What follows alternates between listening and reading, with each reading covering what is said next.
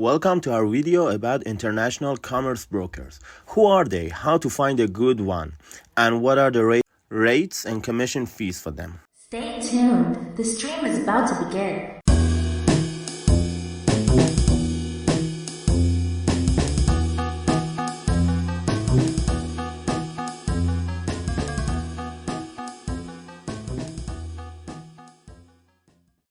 International trade is a key driver of economic growth, and commerce brokers play an essential role in facilitating trade between countries. However, these transactions come at a cost, and it's important to understand the fees and commissions involved when working with a commerce broker.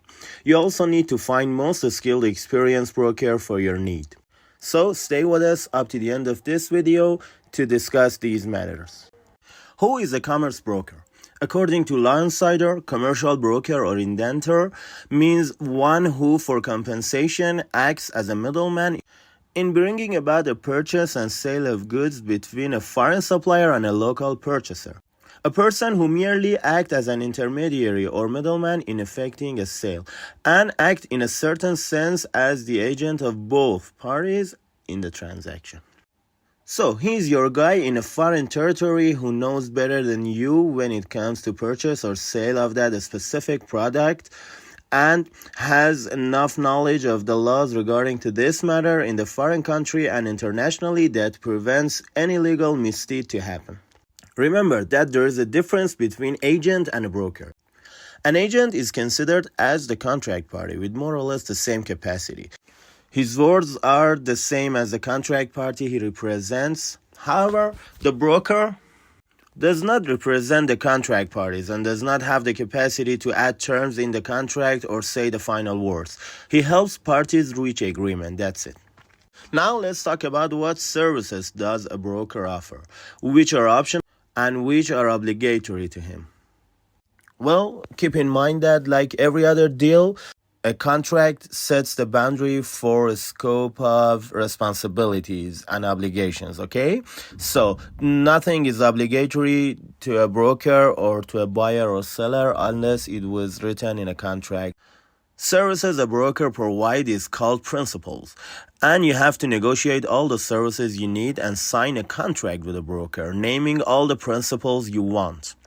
You may heard that in the Middle East, most negotiations are verbally and it is okay, but it's not like that. With your broker, sign a firm contract because he would have to do a lot of the footwork and the contract is a good reference for resolving duty sharing issues with him. A broker helps his clients find, compare, get samples, define terms and conditions such as pricing, quantity, delivery time, and purchase return, and can monitor the whole shipping process to the point that the product reaches his employer. They mostly negotiate contracts but do not send or receive things on clients' behalf unless they are asked to do so. How much do they charge? Is it worth it? Commerce brokers take a percentage-based commission on all the transactions they broker, including the sale of products and services between international clients. Typically, the commission rates range from 2 to 10%, depending on the product, size, and complexity of the transaction. If you choose the right broker who is experienced enough, you can be assured that he is worth every penny, because the services he provides can foresee and prevent much bigger losses and saves a large amount of money. Remember that financial analysts always say that it's important to remember that while commerce brokers do charge fees and commissions, they also provide essential services that can help mitigate risks and provide access to financial and insurance.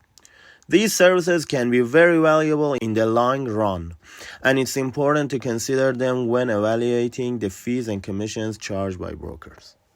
So I guess they're worth it after all. It is also noteworthy to emphasize that the commission is only a part of the total fees charged by a commerce broker. Okay? They also charge fees for services such as risk assessment, financing, currency exchange, and insurance. So it is important to discuss them with your broker upfront and have a clear understanding and write them down in your contract. There are many different commerce brokers to choose from. each with their own fee structure and rates. It's important to reach different brokers and compare their rates before choosing one to work with. This can save you a lot of money in the long run. How to find a reliable commerce broker? At first, you have to be sure whether you need a broker for all your purchases or a specialist in a certain field and a scope of products kind of broker. When it is determined, you may find a broker that offers very competitive rate and provide excellent service if you choose one of the following ways. Remember, it's important to shop around and find the right broker for your needs. Do not settle for the first person you come across to. So the first way is to ask around. If you already have a friend or someone who is trustworthy in the country you want to buy from or sell to, they may introduce you the right person. The second way is to get in contact with the Chamber of Commerce in the country. In the Middle East, chambers of commerce are not very productive and they are usually in charge of publishing trade statistics that makes their government happy. For example, if you have a legal dispute and you ask them for help, they are less than useful. Moreover, they have absolutely no jurisdictions and their professional opinions in the court is not even as good as an ordinary witness. But one of the things they are good at is introducing skilled brokers.